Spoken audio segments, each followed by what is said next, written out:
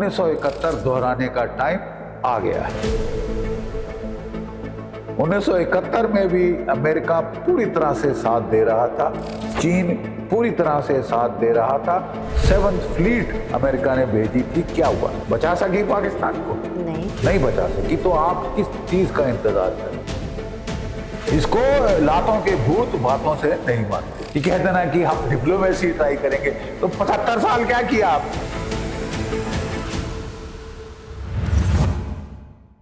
Sir, ये बांग्लादेश में जो कुछ हो रहा है, एंटी इंडिया जो आप देख रहे हैं, एक आवाज उठ रही है, हर बात के लिए भारत पर वो थोप रहे हैं, तो क्या ये पाकिस्तान के उकसावे में हो रहा है? पाकिस्तान इसके पीछे है, आईएसआई इसके पीछे है, मुनीर इसके पीछे है? सबसे पहले तस्वीर दिख रही है? सबसे पहले इसके पीछे है CIA, central intelligence agency of America. ISI की मदद उन्होंने ली कि तुम्हारे जमायते इस्लामी के साथ कांटेक्ट बड़े अच्छे हैं, हमने कलर रेवोल्यूशन करनी है ढाका में। और वो प्लेबुक उनकी बड़ी तगड़ी है। वो बहाना बनाया कि मुजीबुर रहमान ने की बेटी ने वो जो मुक्ति जोधा हैं उनको इतने % रिजर्वेशन दे दी, उस बेचारी ने घटा के कर दिया। नहीं, तब भी बवाल होगा। अरे यार, 5% से 30% से 5% कर दिया, ठीक है, उसने किया, और तब भी बवाल करा के वो वहां तख्ता पलट करा दिया। और बेचारी को मारने के क्या कहते हैं फेराक में बैठे थे कि इसकी कत्ल करेंगे, इसका गला रेत देंगे, ये करेंगे, वो करेंगे, बेचारी वृद्ध महिला, ठीक है। तो वो तो भारत ने बचा लिया, हमने भेजे अपने हेलीकॉप्टर, निकाल लिया उनको वहां से कि ये तो पागल मुल्क है, ठीक है। कौन सा रूल ऑफ लॉ? क्या रूल ऑफ लॉ? गदर मचा हुआ, और तब से लेके आज तक गदर है। देखिए, नेपाल में भी कलर रेवोल्यूशन हुआ, वहां भी गदर हुआ था। कितने दिन चला? 3-4 दिन। अरे वो नॉर्मल हिंदू जाति के लोग हैं, वो नहीं, कोई नहीं चाहता कि गदर हो, उन्माद हो, फसाद हो, कत्लो गारत हो, खुना खच्चर हो सड़कों पे। 3-4 दिन में शांति आ गई कि नहीं आ गई? काफी वहां रहा। अब साहब, इनको महीनों क्या साल हो रहा है तकरीबन, क्या कोई शांति आई है? 5 अगस्त जो 2024 में हुआ था बांग्लादेश, जो हो रहा है वो अभी भी हो रहा है, वो लग रहा है चलता जा रहा है, खत्म ही नहीं हुआ, खत्म ही नहीं होगा वो ट्रेलर, क्योंकि मोहम्मद यूनिस साहब आके बैठ गए, पुलिस की ऐसी तैसी कर दी है। क्या बांग्लादेश अब हमारे लिए एक पाकिस्तान की तरह ही एक बड़ा थ्रेट होता जा रहा है? जिस तरह से कट्टरपंथी ताकतें आ रही हैं, इलेक्शन लड़ने को तैयार हैं, जमीयत इस्लामी जैसे संगठन, कट्टरपंथी ताकतें बढ़ रही हैं वहां, तो इसको आप, इस थ्रेट को आप किस तरह से देखते हैं? देखिए, थ्रेट तो सिर्फ स्वा नहीं है, काबिलियत क्या है इसकी फौज की? खुद को बचा नहीं सकती। वो जो रोहिंग्याज थे और जो क्या कहते हैं उधर राखिनिया में जो कि अराकान नेशनल आर्मी थी, उन्होंने बैंड बजा दिया इनका। आप एक गुरिल्ला रैग टैग आउटफिट से लड़ नहीं सकते, सिवाय UN मिशन भेजने के आपने कख नहीं किया। कंपनी लेवल के ऊपर आप लड़ाई की बात नहीं कर सकते, ठीक है। ये क्या थ्रेट करेंगे हमको? ये नाटक कर सकते हैं, लेकिन प्रॉब्लम यह है कि अपने देश में ऐसा बवाल करेंगे, ऐसा उन्माद, ऐसा गदर कि आखिरकार इनके ही लोग तंग आके कि साहब ये तो बेअंत गदर है, वो वहां से भागने की कोशिश करेंगे और भारत में आके भिखमंगे यहाँ पे भर जाएंगे हमारे पास, और हमको फिर डील करना, बॉर्डर पे रोकना मुश्किल हो जाएगा। कितने मारोगे बॉर्डर पार करते हुए? अभी तो आप देख रहे हैं कि बंगाल से सब जा रहे हैं वापस, अभी SIR की वजह से सब बांग्लादेशी जा रहे हैं, नहीं भेजे जा रहे हैं। हाँ, आपको लग रहा है कि फिर से वो वापस आ सकते हैं बांग्लादेश? वो ही नहीं, पूरा उन्माद वहां से तो पूरी, मतलब बांग्लादेश की आबादी, साहब हम इस भूखमरिस्तान में नहीं रहना चाहते, हम इस पागल देश में नहीं रहना चाहते, जहाँ ना कोई न्याय, ना कानून, ना व्यवस्था, सब कुछ टूटे जा रहा है। ये मोहम्मद यूनिस जो आए हैं, बड़ा अपना मुंह मसूर की दाल लेके, 2 टके का लौकड़ा बुड्ढा, इसने वहां पे गदर मचा दिया है, ठीक है। तो लोग तो वहां से भागना शुरू करेंगे ना। हमको फिक्र इसी चीज की है, और इस चीज का है, इसके ये थ्रेट यही कर सकता है कि पाकिस्तान अपनी ISI वहां से भेजकर, बेस बनाकर, जो हमारे इंसर्जेंट हैं, माओइस्ट हैं, टेररिस्ट हैं, उनको सपोर्ट करेगा। एक मतलब डिस्टेबलाइजेशन का वो सोर्स बनेगा। और मुल्ला मुनीर कह भी रहा है कि अगला हमला मैं पूर्व से करूंगा। अबे पहले पाकिस्तान का जरा अपना मोहरा देख ले, अफगानिस्तान नहीं है वो। 2 टके का मुल्क है जिसकी तेरी फौज ने ऐसी तैसी कर दी थी। 1 मिलियन तो इनकी औरतें रेप करी थी, 3 मिलियन इनके क्या कहते हैं बंदे मार डाले थे, ठीक है। और ये लोग हमने मदद की थी, तब जाके हिम्मत आई और वापस लड़े। और मैं सैल्यूट करता हूँ उन मुक्ति योद्धास को, दिन में वो सेल्फ रिस्पेक्ट थी, इज्जत थी, जो लड़े, ठीक है। आज उनको मार रहे हैं। इस हालात में लग रहा है कि शेख हसीना का तो बांग्लादेश लौटना मुश्किल है, उनकी पार्टी को वहां बैन कर दिया गया है, इलेक्शन नहीं लड़ने दिया जा रहा है। फिलहाल मुश्किल है, लेकिन आगे कल किसने देखा? जी, आप ये किस तरफ इशारा कर रहे हैं सर कि कल मतलब क्या उनके बांग्लादेश? मैं इशारा ये कर रहा हूं कि बांग्लादेश की एक आबादी है, कुछ देर तक तो बड़ा मजा आता है, हाँ गदर हो रहा है। हम जाके हसीना वाजिद के घर गए, उसका टीवी उठा ले आए, फ्रिज उठा ले आए, सोफे उठा ले आए, कुर्सी उठा लिए, बेचारी की साड़ियां और स्टूपिड पीपल, ठीक है ना। तो कुछ देर तो बड़ा मजा आता है, बट फॉर हाउ लॉन्ग? इससे कब तक पेट भरेगा तुम्हारा? सही बात है। डिस्टेबलाइजेशन में आप कितने दिन आप क्या कहते हैं लॉलेसनेस से, ये चीनी बोतल से निकालना बहुत आसान है, बोतल में वापस डालना बड़ा मुश्किल है, ठीक है ना साहब। और अपनी पुलिस की ऐसी तैसी कर दी, तुमने हमें गोली चलाई, तुम्हें फांसी टांगेंगे। तो वो बोला कर लो साहब, जो करना है करो, हम घर में बैठे, हमें नहीं मरना फालतू, हम क्यों हुक्म माने। तो सर आपको लग रहा है कि इस जो बांग्लादेश के हालात का चीन, पाकिस्तान और अमेरिका, ये 3 गठजोड़ जो है उसका फायदा उठाना चाह रहे हैं? हमने सुना कि पेंटागन की एक रिपोर्ट है कि चीनी नेवी अपना बेस तैयार करना चाह रही है वहां पर। चाह रही है, लेकिन चीन भी परेशान है ये पाकिस्तान से और पाकिस्तान के हथकंडों से। उनकी अमेरिका के साथ दुश्मनाई है, वो खुश नहीं है कि अमेरिका ने कराया यहाँ पे तख्ता पलट। सो चीन मेरा ख्याल तो वो बेचारे बहती गंगा में हाथ धो लो, ठीक है, लेकिन वो इनको हथियार बेचेंगे, ये सब करेंगे, वो सब करेंगे, इकोनॉमी में हस्तक्षेप करना चाहेंगे, श्रीलंका का हाल करना चाहेंगे कि इनको भी डेट ट्रैप में डालो और तबाह कर दो, जैसे कि श्रीलंका को तबाह कर दिया। तो बट मैं नहीं समझता चीन जो है वो ज्यादा खुश है जो ये डेवलपमेंट हुई है, क्योंकि उसने भी देखा कि अमेरिका ने ये सब करवाया। जी, पाकिस्तान और बांग्लादेश का जो घराना है, और आपने कहा कि अब जो वहां डिस्टेबलाइजेशन हुआ है, जितनी अस्थिरता है, तो बांग्लादेशी फिर से हमारी तरफ बढ़ के आएंगे, भागेंगे हमारी तरफ, तो सैलाब आ सकता है। बॉर्डर सिक्योरिटी को लेकर आपका कितना कंसर्न है? किस तरह की अब हमको क्वाइट राइट, फिर हमको अपनी फेंसिंग पूरी करनी पड़ेगी, जो बचा हुआ एरिया है फेंस करना पड़ेगा, और बॉर्डर पे बड़ा स्ट्रिक्ट और सख्त होना चाहिए, होना पड़ेगा। शूट एट साइट ऑर्डर कि तुम बाहर आओ तुमको हम मार डालेंगे या लाश बिछा देंगे तुम्हारे बाप की खैरात नहीं है भारतवर्ष कि वहां मुंह उठाए अपना, वहां पे गदर किया, यहाँ आके भी गदर करेंगे, क्योंकि औकात में रहो।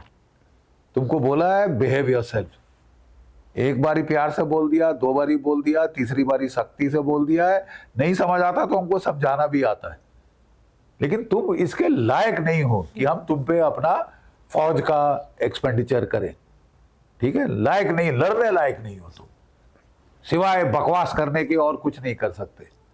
सर एक सवाल और है कि ये जो पाकिस्तान पे ऑपरेशन सिंदूर के बाद जो पहलगाम अटैक के बाद जो ऑपरेशन सिंदूर हुआ, उससे पहले सर्जिकल स्ट्राइक, फिर एयर स्ट्राइक, इन सब का पाकिस्तान पर आप कोई असर देख रहे हैं? मुझे लग रहा है कि वो जो बड़बोलापन है, मुल्ला मुनीर आप जो कहते हैं, जिनको फील्ड मार्शल कह रहे हैं आप, उन पर, पाकिस्तान पर इसका कोई असर नहीं हो रहा। तो अब हमको और किस तरह की स्ट्रेटेजी अपनाने की जरूरत है पाकिस्तान के मामले में? नहीं, और किस तरह की strategy? Give more of the same, और ज्यादा लगाओ। इतना काफी नहीं, 1 लात काफी नहीं तो 10 लातें मारो।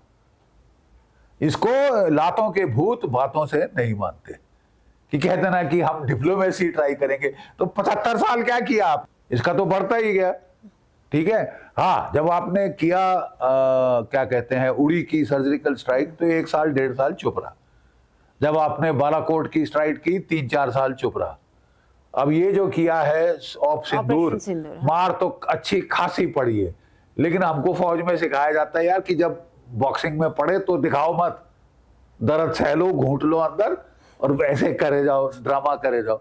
ये वही ड्रामा कर रहा है, हिम्मत नहीं है लड़ने की, ठीक है। तो इसको क्लियर कर देना चाहिए कि तू एक और करके देख, चचा जान तेरे को ऐसे ही मार मारेंगे कि तू रहेगा नहीं। और देखिए, मेरा जहां तक सुझाव है सरकार को, यही हमेशा था और रहेगा कि साहब एक बार आर पार का कर लीजिए। चोंचलेबाजी से काम नहीं चलेगा, गुदगुदी मत करो, मार डालो, ठीक है ना साहब। कि कोई मैं जीत गया भंगड़ा करने वाला बचे ही ना, चाहे लंगड़ा के कर रहा हो। ऑपरेशन सिंदूर जब चल रहा था तो इस तरह की कई आवाज उठी थी, बहुत आवाजें उठी थी कि एक बार आर पार की। हमारे लड़के बोलते हैं साहब, जवान बोलते हैं, साहब क्या हलाल कर रहे हो, झटका करो साहब एक बार और खत्म करो। आई एग्री विद देम, हमारे जवान बिल्कुल सही कह रहे, मारे एक बार खत्म करो, सर धड़ से अलग कर दो यार, फड़फड़ाएगी लाश थोड़ी देर। और ये जो नो फर्स्ट यूज जो पॉलिसी है हमारी, इससे आप कितना सहमत हैं? मैं सहमत नहीं हूँ, I am not in agreement. इसका यूज बाय डेट खत्म हो चुकी है, ठीक है। और नो फर्स्ट यूज है केवल उस देश के लिए जिसके पास न्यूक्लियर हथियार नहीं है, ठीक है, और या जिसने no first use policy announce की हुई है, जैसे चीन। चीन ने नो फर्स्ट यूज कहा हुआ, हम भी नो फर्स्ट यूज कहते हैं। पाकिस्तान कहता है नो नहीं हम फर्स्ट यूज करेंगे, तुम करोगे तो हम भी कर देंगे। उसका अंजाम पाकिस्तान को उसका अंजाम भुगतना पड़ेगा।